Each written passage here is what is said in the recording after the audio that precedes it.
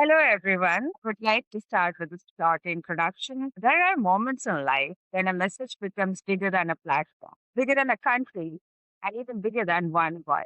I'm Varsha Vaishali, your host for today, founder and president of Cyber Harassment Support. Today, we come together not just for a conversation, but for a purpose to talk about the reality women and girls face in digital world and how we can respond with awareness, dignity, and action. I'm honored to be joined by Safe Online Women Kenya or SOW Kenya, an organization doing powerful work at ground level to support and empower women navigating both online and offline challenges. This collaboration between CHS and SOW Kenya brings together global perspective and local truth. Because online abuse is not just technical issue, it is a human issue. And every voice we protect, every story we support brings us one step closer to a safer digital world. Let's begin with our guest. Our guest Purity and Marinette are here. Thanks for joining us. Please introduce yourself and tell us a little about your role in SOW. Thank you so much, Varsha, for having me. My name is Purity Wanjikunjoroge. I serve as the Community Engagement Lead at Safe Online Women Kenya. And my work as a Community Engagement Lead is to create awareness on technology-facilitated gender-based violence, offer referrals to the survivors of TFGBV, and collaborate with like-minded organizations on helping the survivors. And through this work, Safe Online has been able to offer support to women experiencing online abuse and ensure that they are not alone in this entire process. Thank you. Hi, Varsha. Thank you so much for having me. It is a pleasure to be here. My name is Marinette Sophie, and I'm the Monitoring, Evaluation, Research and Learning Lead at Safe Online Women Kenya. Essentially, I ask the question, is this actually working? So in my work, I look at the data behind our programs and I make sure that we are actually reaching the women we serve, then translate what we learn back into how we work. So it is a cycle, yes. And this work is where evidence meets impact. And I make sure that we're not just well-intentioned, but we're actually effective in what we do. Thanks for letting me know about your work, the important work that you're doing in SOW. With that, I get another question. What personally inspired you to join SOW and this mission? I believe I can start us off, Russia. So for me, Yeah. I have seen firsthand the abuse, what online abuse does to women. It destroys their confidence, their safety, and their lives. And that's what I saw in Safe Online Women Kenya, an organization that has been built from the lived experience of our founder, and it has been created to ensure that women get the services and the support they need when they're going through that challenging moment. Another thing is the application that has been developed at Safe Online Women Kenya, a tool that is designed and has been built by a community of people who have also experienced the same thing, offered resources so that women can be confident online, access to professionals who give them support, and join a community of other women who have gone through the same exact thing and can walk you throughout the entire process. And for me, that's what made me join SOW Kenya, to be able and be part of that ecosystem and that community and ensure that get the support they need and can get that support from other people who know exactly what they need without fear of blame or stigma. Thank you. Marinate, please go ahead. Yes, Basha, as Purity has mentioned, being part of a community that you serve women and help to ensure that they have access to justice for the vices that they go through is something very inspiring. And being from a data background, I wanted to be part of an organization that not only leads with the problem but has solutions that are ready for these survivors. So Safe Online Women Kenya has a tech secure curriculum, and it has the Safer app that survivors can report anything that they experience with regards to technology facilitated gender-based violence. So this is attracted me because we can be able to collect evidence of what these survivors report, what they go through. And through our curriculum, we also are able to train and also measure the impact, the behavioral change in how they interact, in how they in their in the digital literacy level. So yes, Safe Online Women Kenya, I was mainly inspired to join mainly because of how they lead with solutions. Thank you. Thank you. And we need powerful women like you. Wonderful to hear your experience. It's not just about profession, it's about impact that you're creating. With that, from your experience, what are some of the ground realities women and girls in Kenya are facing today, both online and offline? Uh, can you take this question according to your experience? What are the ground realities women and girls in Kenya are facing today, both online and offline? So, to answer your question, I believe that women in Kenya are facing and are fighting both fronts, both offline and offline simultaneously. When we talk about the offline, it's gender-based violence, and this is still very high. Access to justice is limited, and there's a sort of cultural silence around it. A lot of women shy away from reporting that, especially to police stations, because in so many communities it has been normalized. The online front is on harassment, stalking, sextortion, and manipulation in relationships. This is another very difficult front in which the women do not really know where to start off when they report this incident to a police station. The policemen or even the gender desk see it as a very new form of abuse. And another to a statistics that was done is that 99.3% of women and girls in Kenya have reported some sort of abuse or form of technology facilitated gender-based violence. And as our tools are rapidly growing, as our social media platforms are evolving, it stands at a very high risk, especially to our young girls who are especially vulnerable because of the tools that are still and continually being developed. So yes, we are facing a very huge challenge in both grounds. How has online world created new kind of harms, risk, and vulnerabilities for women and girls in Kenya? So I call it the always on vulnerability. By that, I Mm-hmm. mean online abuse follows you everywhere, on your phone, to your bedroom, to your workspaces, even to your families. We've had so many instances where photos are leaked to your family members, to your workplaces, even to your school. And unlike physical violence, which has no boundaries of time or place, online abuse is everywhere. Said the harms are constantly evolving, from deep fakes with AI generated intimate images, and cyberstalking using and through cyberware.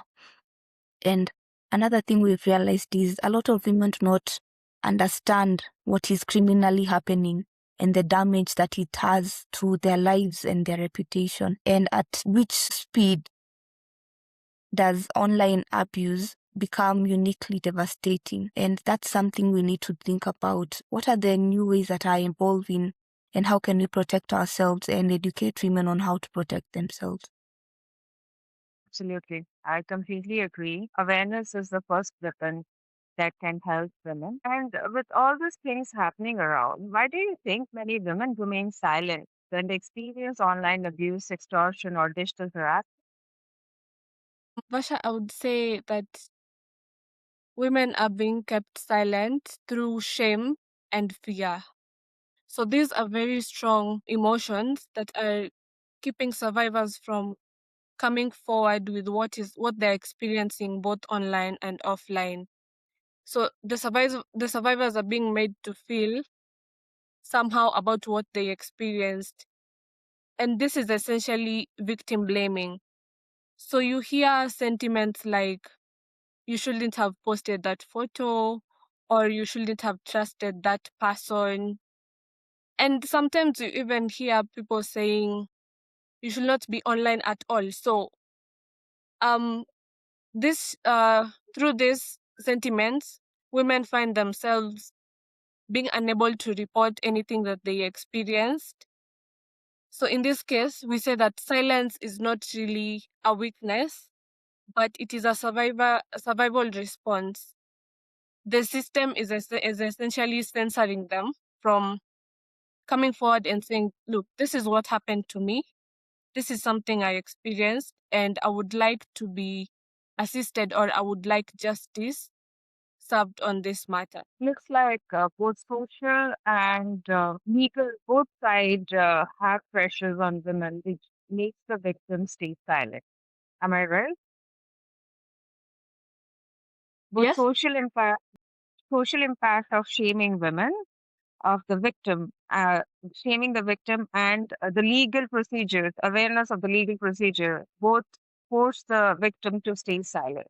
Yes, yes. The legal structures are not clear, and you find that most survivors are not aware of these legal protections, and they're not aware that they can maybe report such a vice, because you a survivor would go to law enforcement, and law enforcement would still ask the same question. So why did you post those photos, or why did you send them those photos? So yeah, the legal system is also a bottleneck in this case. So what are the common forms of manipulation or abuse that women in Kenya are facing today? So I'm going to start us off with what I believe is what we have seen as the most common form of abuse, and that's sextortion. Partners threatening to share images unless money or more images are provided. And not alone, ex-partners asking for money, and the victim or the survivor is very vulnerable at this point, and they think of their work, they think of their family, they think of everything and their reputation. And at this point, with everything that's happening, their anxiety, they end up either sharing the money or even more images without knowing where to go to or what kind of support they can get. Another form that I've seen is deepfakes, where AI generated fake intimate images are generated from a photo you shared on your Instagram, and someone uses that photo and generates an intimate image. And with that, you're not even aware of exactly what to do, because you don't know where it started. You don't know where this person is from, what you can do with that information, or what the next steps are, because you are not aware it was happening. Another thing is manipulation in romantic relationships, where trust is built deliberately to exploit one in the relationship or the partner. Another common form we've seen is cyberstalking and monitoring through cyberware or tracking applications, where your partner constantly monitors your WhatsApp message, where you're moving around, and that creates a lot of insecurities, or not feeling safe in your own home, in your own relationship, and wondering what is my partner going to do after that. And then the last one I'll talk about is online harassment and bullying and threats, especially on social media. I believe we have seen this as most commonly when we are having and interacting with university students, where you post a picture of yourself, you feel amazing, you feel confident. And then when you go through the comment sections, you have a random stranger talking about your clothing, the way you look, and it really lowers someone's self-esteem and their confidence, and even their power to even continue making that content and using social media as a platform which they like and which they enjoy what they're doing. So those are some of the common forms of abuse. Yeah, so with the deepfakes, I would suggest to you here that CHS has a tool that has been developed to find out whether this particular video or image is fake or real. I can share more details maybe later, and you can discuss and spread it across the community because I want this that the women, those who are going through the victim of deepfakes, can take the help of this tool, which has been designed for common women like us. What signs should women and young girls watch for to recognize that an online interaction could be safe or exploited? That is a very good question, Varsha, because I would say as women, we do have our instincts, and I would say that our instincts tend to be very strong, but because we want to be in this, maybe in an interaction or in a relationship, we want to ignore red flags. Signs do appear or do come out in the relationship. You might find that this person is asking for intimate photos very early on in the relationship, or they are discouraging you from talking to your friends or your family about them. So they use words like, let's not share more about the relationship, let's just keep it between us as we progress. And then you may not think that this is a tactic or an abuse pattern, because you're just convincing yourself, yeah, maybe they're right, maybe we should just keep this secret, or maybe I should just send them the intimate images because at the end of the day they're my partner. And yes, but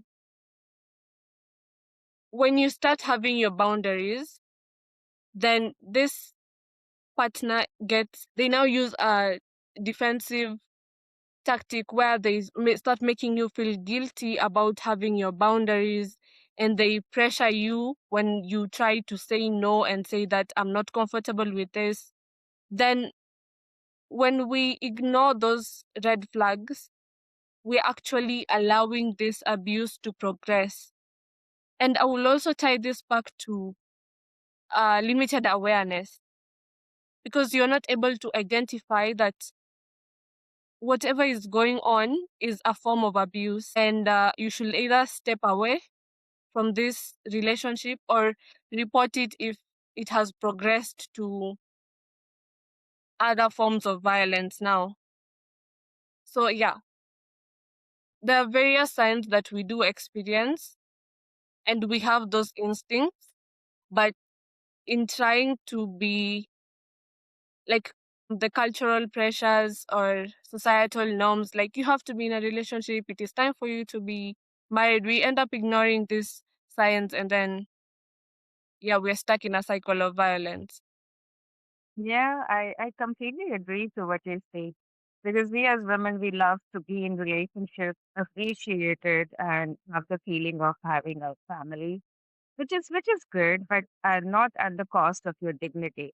Very rightly said. And if someone at all, after even knowing, falls into sextortion or online abuse, what are the immediate steps somebody should take? So some of the immediate steps that survivors should take, or someone who should take, is one, not to panic. Do not give in to the demands of the perpetrator. Do not share any more images. Do not share money, which in so many cases it's very hard for the victim to understand, but it's actually quite important, because once you give in to their demands, it does not end there. Number two is not to delete everything. Keep the evidence. Evidence is very crucial. From the screenshots to the entire conversations you've been having, use that and store it safely. And then number three is to also screenshot everything from their messages, profile pictures, dates, have a timestamp of every event and how it has been carried out. And then number three is to reach out immediately. Number four is to reach out immediately to support services such as the Safer application or SOW, or even to a trusted person who will be and help you throughout the entire process. Lastly is the assurance to the victim is to make sure they understand that they are not to blame for what is happening to them, and just ensure that they feel the support throughout the entire process. Okay. How important is evidence preservation in such situation, and what mistakes do victims make in panic? Yes, as Purity has mentioned, some of the evidence, such as screenshots, messages, even the username and profiles of the abuser, those are very important. Having that evidence can really help even when we decide to pursue legal recourse for survivors.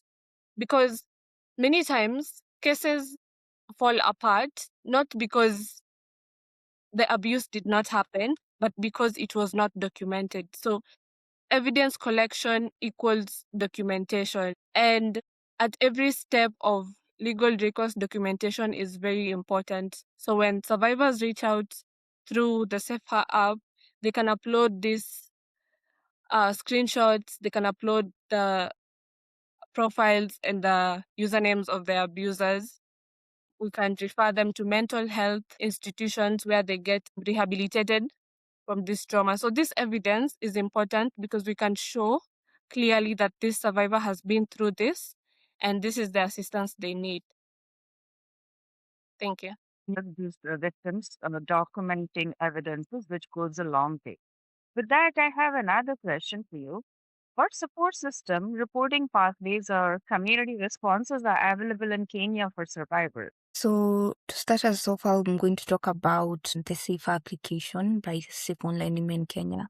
Like we had talked about, is a reporting tool where survivors can report incidences anonymously, get access to guidance through our community or our guardians. We call them our volunteer guardians, from lawyers, psychologists, people in different scopes of work who are there to help the survivors. Lastly, the tech secure curriculum that Marinette had talked about, where you can get the resources to equip you with the confidence to use the digital space confidently.